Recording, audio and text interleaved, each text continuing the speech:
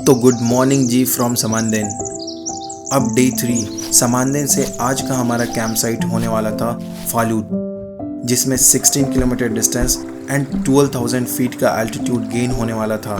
14 kilometre ascent होना था and 2 kilometre open meadows में वॉक। तो यार समानदेन से 500 मीटर वॉक करने के बाद हमें मिलता है गोरखे विलेज, जो कि वेस्ट बंगाल का लास्ट विलेज है। ये दिस इज़ गोरखे, ये लास्ट विलेज है वेस्ट बंगाल का। लेफ्ट में जो आपको दिख रहा है ये सारे घर, ये वेस्ट बंगाल में है। एंड दैट हिल जो पाइन ट्री दिख रहा है वो सिक्किम में आता है। तो that is a part of Sikkim and this is part of West Bengal. Village से कुछ दूर जाने पर वापस से डेंस फॉरेस्ट वॉक स्टार्ट हो जाती है।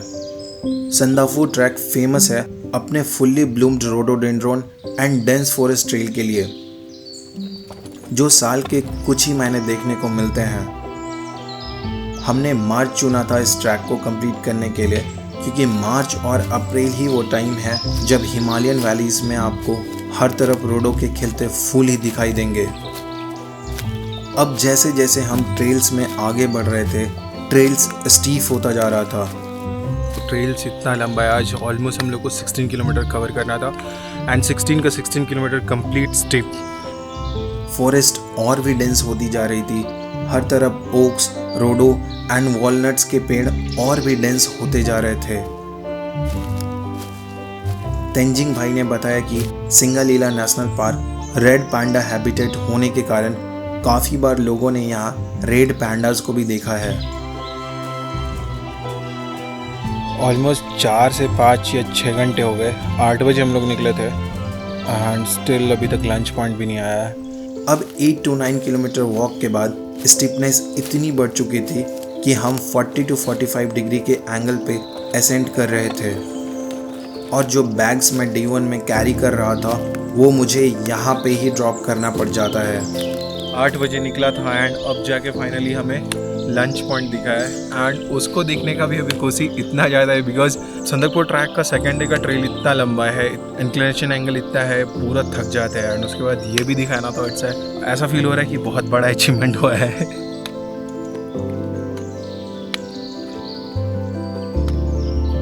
आज का हमारा कैंप साइट फालूट इतना आइसोलेटेड है कि वहाँ रुकने के लिए बस एक ही होम स्टे है, और इसी रीजन के वजह से हमारे साथ साथ चल रहे थे ढेर सारे म्यूल्स, जिसमें cooking utensils, gas, foods and daily basic needs के सारे सामान कैरी हो रहे थे। और लमसम 14 किलोमीटर के वॉक के बाद हम 11,000 फीट की हाइट पे आ चुके थे, जिसका मतलब था कोल्ड क्लाइमेट, एयर थिन होने लग गई थी और इनके साथ थी मार्च की वो ठंड हवा। मतलब कंडीशन इतनी हार्श हो चुकी थी, डेंस फॉरेस्ट भी मेडोज में कन्वर्ट होने लग गए थे। At this time complete exhausted feel हो रहा है। लाइक 16 किलोमीटर के ट्रेल में almost we have covered 14 kilometre and अब बिल्कुल चलने का मन नहीं कर रहा। अब यार फालूट तक का ट्रेल्स इतना मैस्मराइजिंग था, हर फ्रेम में रोडों के अलग अलग वैरायटी मिल रहे थे, हर तरफ फ्लावर्स ही फ्लावर्स थे, जिसके वजह से डिफरेंट काइंड ऑफ बटरफ्लाइज भी देखने को मिले। लोकल्स रोडो फ्लावर को वाइन बनाने के लिए भी यूज करते हैं। और ये फ्लावर्स को आप लोग किस चीज के लिए यूज करते हैं? ये फ्लावर, हाँ, ये तो एक तो फूल का अच्छा होगा, नहीं तो इसका कुछ वाइन शाइन बनाएगा या का लोग वाइन बनाएगा, वो ये फूल का वो। तेंजिंग भाई बता रहे थे कुछ वैरायटी ऑफ रोडोज पॉइजनस भी होते हैं एंड इसी वजह से यहाँ का नाम संदाफू है, जिसका मतलब होता है हाइट ऑफ पॉइजनस प्लांट।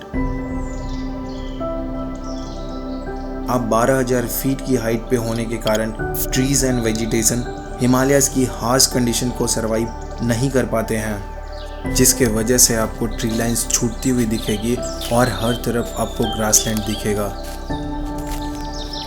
खैर 13 kilometre dense forest and 3 kilometre open meadows में वॉक करने के बाद हम पहुंच जाते हैं आज का हमारा कैंप साइट फालूट।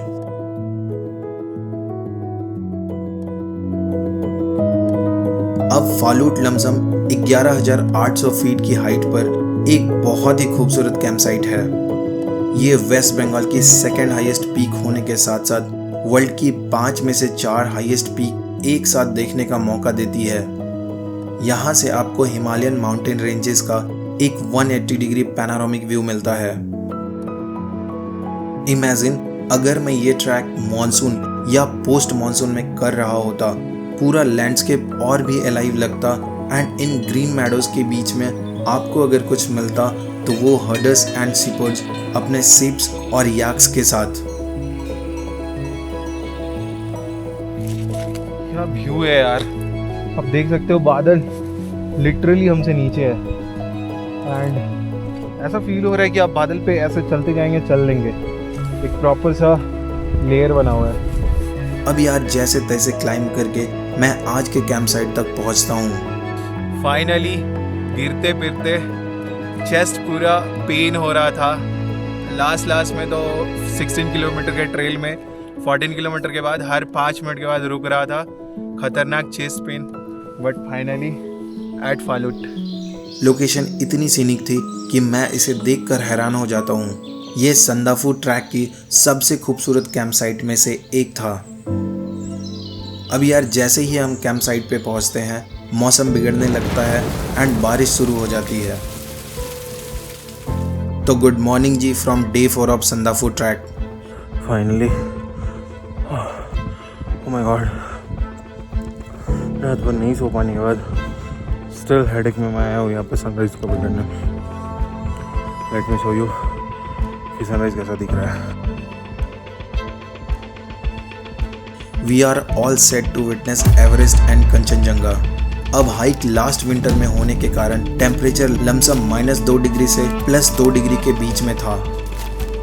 समिट का डिस्टेंस कैंप साइट से लमसम 500 मीटर के डिस्टेंस पे था।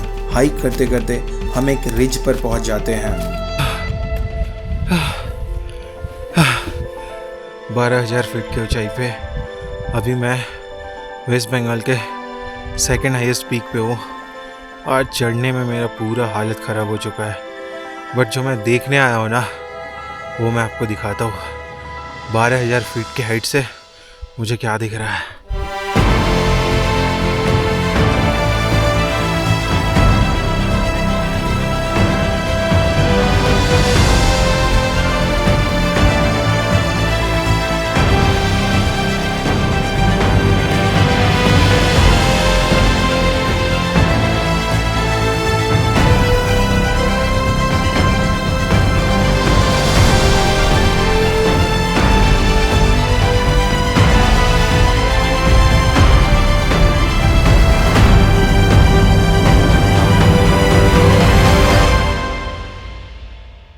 अभी जो आप ये मेरे पीछे देख रहे हो, ये पूरा एवरेस्ट का रेंज है। लाइक जो भी माउंटेन्स 8,000 मीटर के हाइट के ऊपर के है वो सारा मेरे पीछे दिख रहा है। एवरेस्ट, लॉटसे, मकालू सब कुछ विजिबल हो रहा है। और यहाँ आके ये विजिबल होना, ये मैं आपको वर्ड्स में नहीं बता सकता मैं अभी क्या फील कर रहा हूँ। एंड इसके जस्ट बाजू में कंचनजंगा का स्लीपिंग बुद्धा रेंज भी दिख रहा है।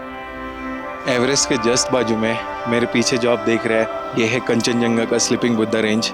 इसको स्लीपिंग बुद्धा रेंज इसलिए बोलते हैं बिकॉज ये जो सामने वाला आप देख रहे हो, समहाउ ऐसा फील होता है कि बुद्धा सोए हुए हैं। एंड ये वाला हेड का पार्ट दिखता है, वो मिडल वाला जो पार्ट है वो समहाउ उनका बॉडी दिखता है। लास्ट वाला पार्ट सीम्स लाइक कि उनका पैर है। अब इतनी हाइट पे ट्रैक करने की वजह से हिमालयन रेंजेस हर तरफ हमारे पैरेलल चल रही थी। आज का ऑलमोस्ट सारा ट्रेल्स मेडोज के बीच से गुजरने वाला था। आज की पूरी ट्रेल्स इंडिया और नेपाल के बीच में होने वाली थी। कभी आप इंडिया साइड होते हैं, कभी आप नेपाल साइड होते हैं। ये जो बाउंड्री आप देख रहे हो ये इंडिया और नेपाल का बॉर्डर है। अब जस्ट इस पार नेपाल में खड़े हैं, इस पार आप इंडिया में खड़े हैं। ऊपर एक छोटा सा ब्लू कलर का जो हाउस दिख रहा है वो SSB का चेक पोस्ट है इंडिया के साइड। मतलब इस बाउंड्री के इस साइड आप इंडिया में हो। यहाँ पे देखो एक नेपाल लिखा हुआ है, यहाँ से इधर आप नेपाल में हो। 5 से 6 किलोमीटर कवर करने के बाद हम पहुंच जाते हैं हमारे आज के लंच पॉइंट पे। 2 से 3 किलोमीटर का लास्ट स्ट्रेच ख़त्म करके हम पहुंच जाते हैं हमारे आज के कैंप साइट थोकुम में।